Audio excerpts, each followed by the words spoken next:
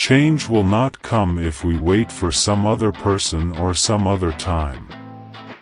We are the ones we've been waiting for. We are the change that we seek. The future rewards those who press on. I don't have time to feel sorry for myself. I don't have time to complain. I'm going to press on. If you're walking down the right path and you're willing to keep walking, eventually you'll make progress. Understand, our police officers put their lives on the line for us every single day. They've got a tough job to do to maintain public safety and hold accountable those who break the law. Focusing your life solely on making a buck shows a certain poverty of ambition. It asks too little of yourself. Because it's only when you hitch your wagon to something larger than yourself that you realize your true potential.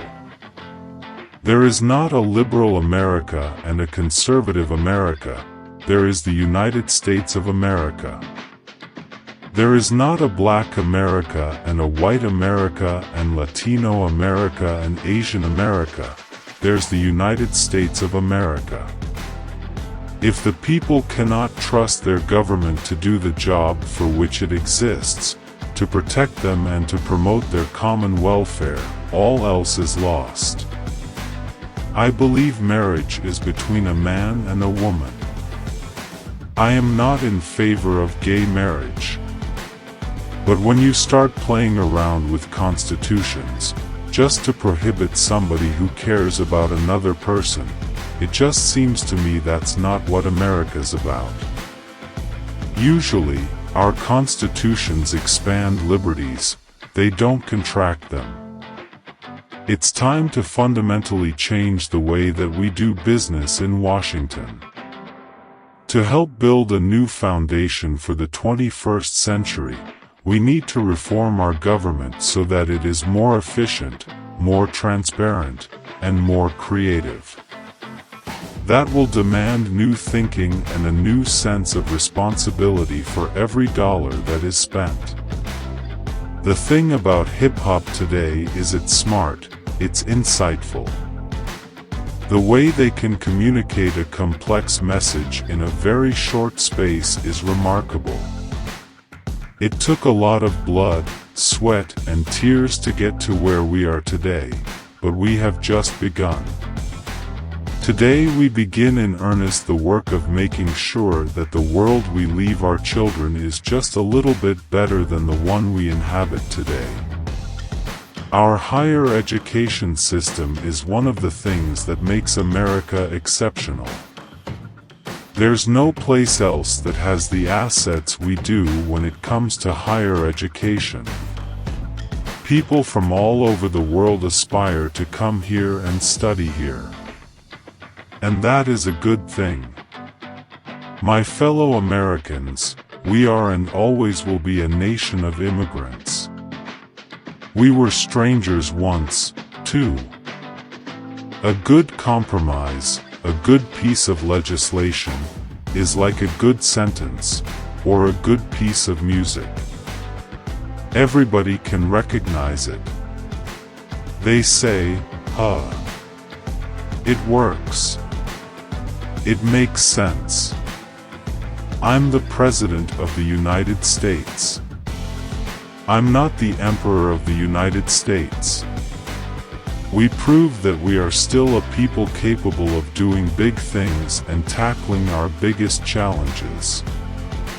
To avoid being mistaken for a sellout, I chose my friends carefully.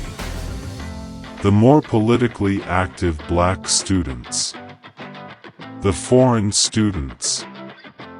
The Chicanos. The Marxist professors and structural feminists and punk rock performance poets.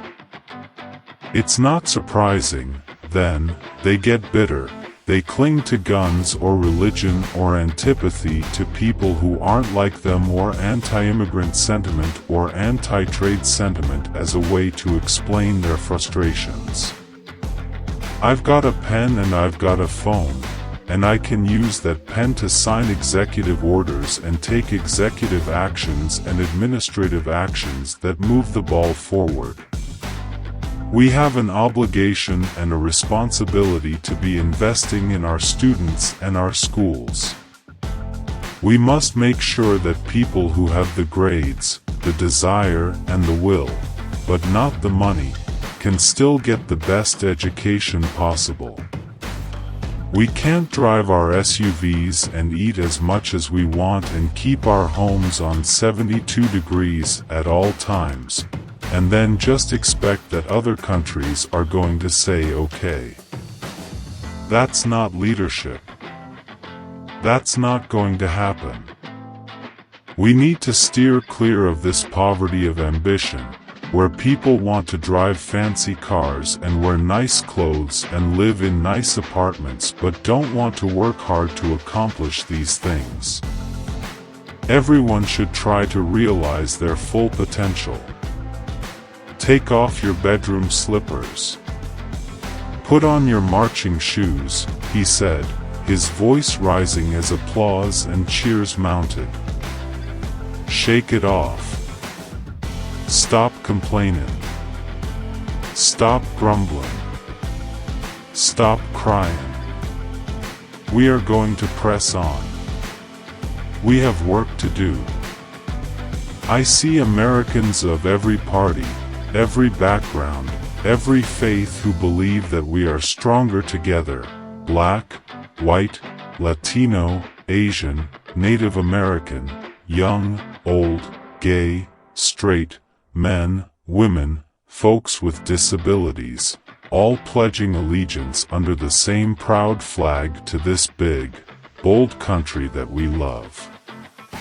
That's what I see. That's the America I know. Even when folks are hitting you over the head, you can't stop marching. Even when they're turning the hoses on you, you can't stop.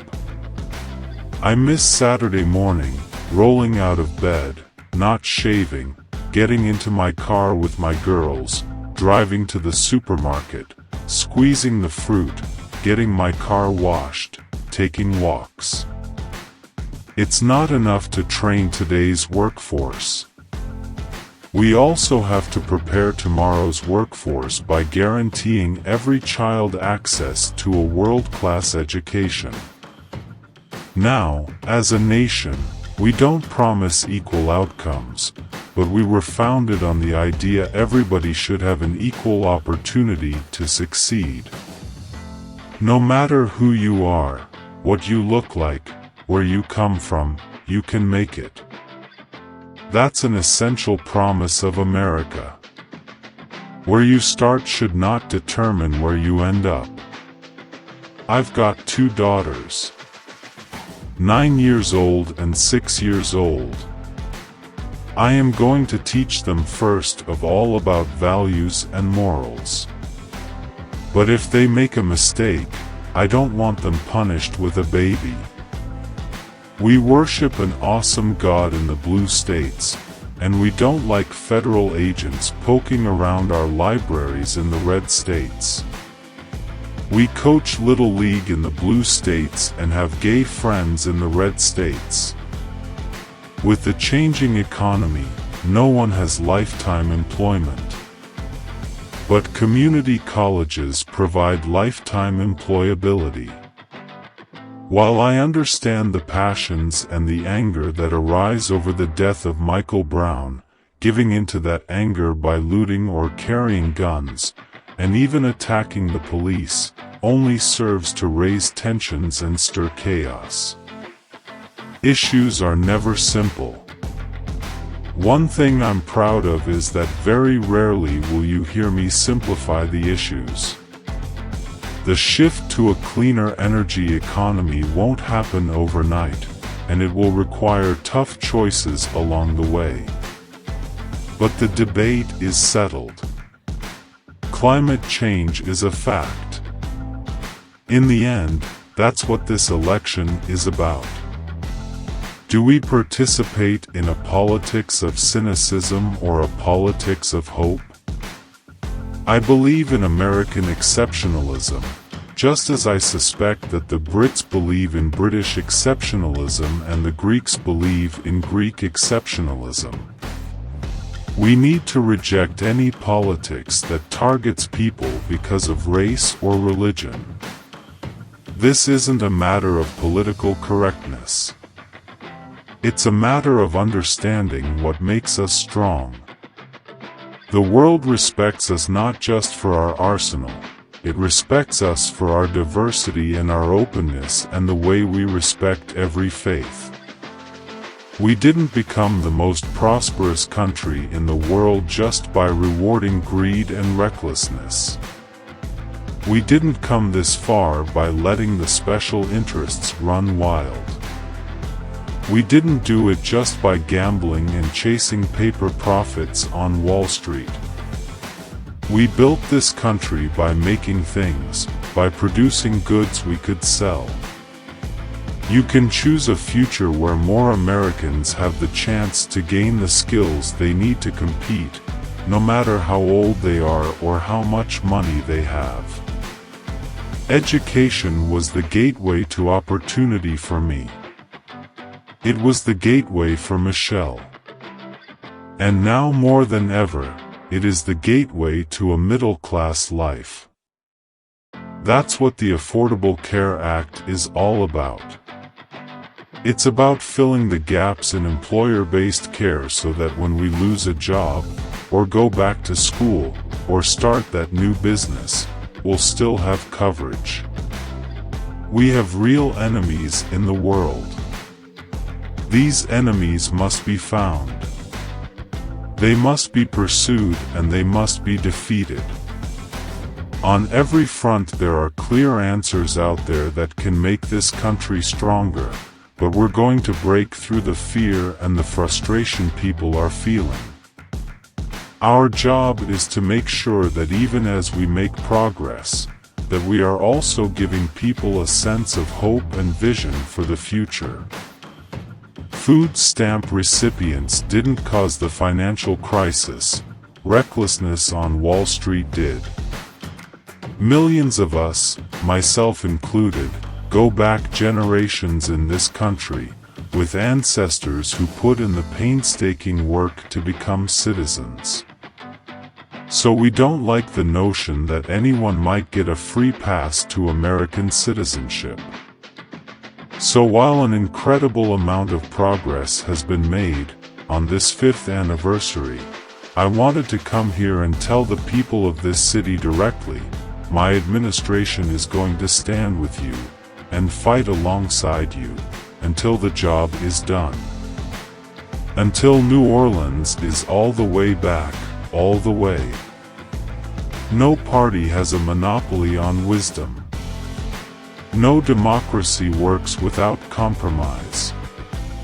But when Governor Romney and his allies in Congress tell us we can somehow lower our deficit by spending trillions more on new tax breaks for the wealthy, well, you do the math. I refuse to go along with that. And as long as I'm president, I never will. When we think of the major threats to our national security, the first to come to mind are nuclear proliferation, rogue states, and global terrorism. But another kind of threat lurks beyond our shores, one from nature, not humans, an avian flu pandemic. My family, frankly, they weren't folks who went to church every week. My mother was one of the most spiritual people I knew, but she didn't raise me in the church, so I came to my Christian faith later in life, and it was because the precepts of Jesus Christ spoke to me in terms of the kind of life that I would want to lead. If everybody that voted in 2008 shows up in 2010, we will win this election. We will win this election.